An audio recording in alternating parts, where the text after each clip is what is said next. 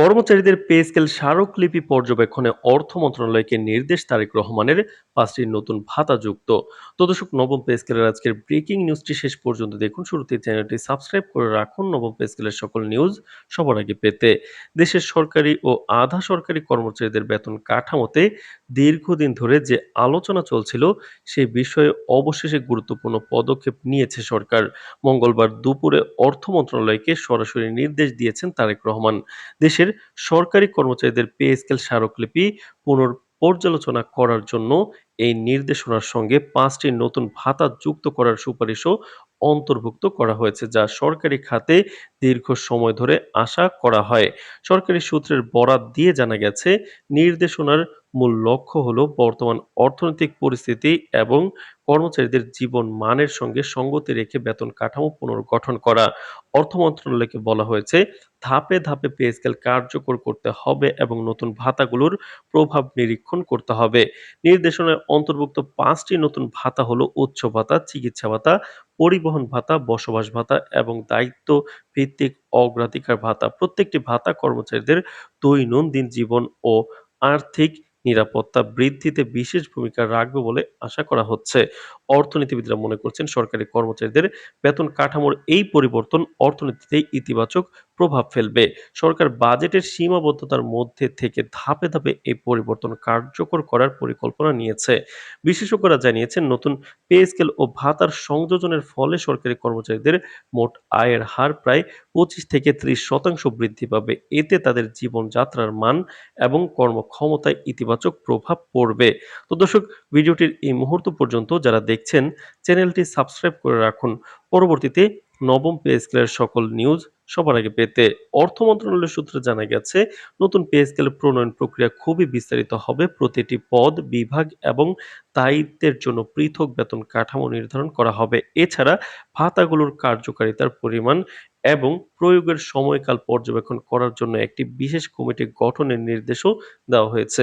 Committee নিয়মিত report সরবরাহ করবে, যা সরকারকে নীতি নির্ধারণে সাহায্য করবে। সরকারি কর্মচারীরা ইতিমধ্যেই এই সিদ্ধান্তকে স্বাগত জানিয়েছে। রাজধানীর বিভিন্ন অফিসে কর্মচারীরা আলোচনা করছেন, বিশেষ করে উৎসব এবং চিকিৎসা ভাতার বিষয়ে। তারা মনে করছেন, এই নতুন ভাতাগুলো তাদের নতুনভাবে কিন্তু ভাতাগুলো যুক্ত করা হচ্ছে পার্সেন্টেজ বাড়িয়ে পরিবারের অর্থনৈতিক স্বাচ্ছন্দ্য এবং দৈনন্দিন জীবনের চাহিদা পূরণে বড় ভূমিকা রাখবে। একাধিক কর্মকর্তা জানিয়েছেন, দীর্ঘদিন ধরে বেতন কাঠামোর উন্নয়ন কামনা করছিলাম। এই পদক্ষেপ আমাদের জন্য একটি নতুন অধ্যায় খুলল। অর্থনীতিবিদদের বিশ্লেষণে দেখা গেছে, দেশের অর্থনৈতিক স্থিতিশীলতা বজায় রাখতে এই ধাপটি সময়োপযোগী। সরকারি খাতে দীর্ঘদিন ধরে স্থির থাকা বেতন কাঠামো ও ভাতাগুলোর অপ্রতুলতা কর্মচারীদের মনোবল এবং উৎপাদনশীলতাকে প্রভাবিত করবে। নতুন নির্দেশনা অনুযায়ী ধাপে ধাপে এই ভাতাগুলো বাস্তবায়ন কর্মীদের প্রণোদনা বাড়াবে এবং সরকারি খাতের কর্মক্ষমতাকে নতুন মাত্রা দেবে। বিশেষজ্ঞরা মনে করছেন, নতুন পে স্কেল কার্যকর হলে তা দেশের সরকারি কর্মচারীদের সামাজিক নিরাপত্তা এবং আর্থিক স্থিতিশীলতার ক্ষেত্রে যুগান্তকারী প্রভাব ফেলবে। এটি শুধুমাত্র অর্থনৈতিক সুবিধা নয়, বরং দেশের সরকারি কর্মসংস্থান ব্যবস্থার আধুনিকায়নের গুরুত্বপূর্ণ ভূমিকা রাখবে। সরকারি সূত্র আরও জানিয়েছে, ঈদের আগে আংশিকভাবে নতুন পে স্কেল কার্যকর করার পরিকল্পনা রয়েছে। এতে করে কর্মচারীরা তাদের প্রাপ্ত সুবিধার স্বাদ নিতে পারবেন। উৎসবের আগে যা সাময়িকভাবে সামাজিক এবং অর্থনৈতিক সুখ বৃদ্ধি করবে। আগামী কয়েক সপ্তাহে অর্থ মন্ত্রণালয় সকল প্রাসঙ্গিক পদ ও বিভাগের জন্য বিস্তারিত গাইডলাইন প্রকাশ করবে। তো দর্শক, ভিডিওটির এই মুহূর্ত পর্যন্ত যারা দেখছেন, চ্যানেলটি সাবস্ক্রাইব করে রাখুন পরবর্তীতে নবম পে স্কেলের সকল নিউজ সবার আগে পেতে।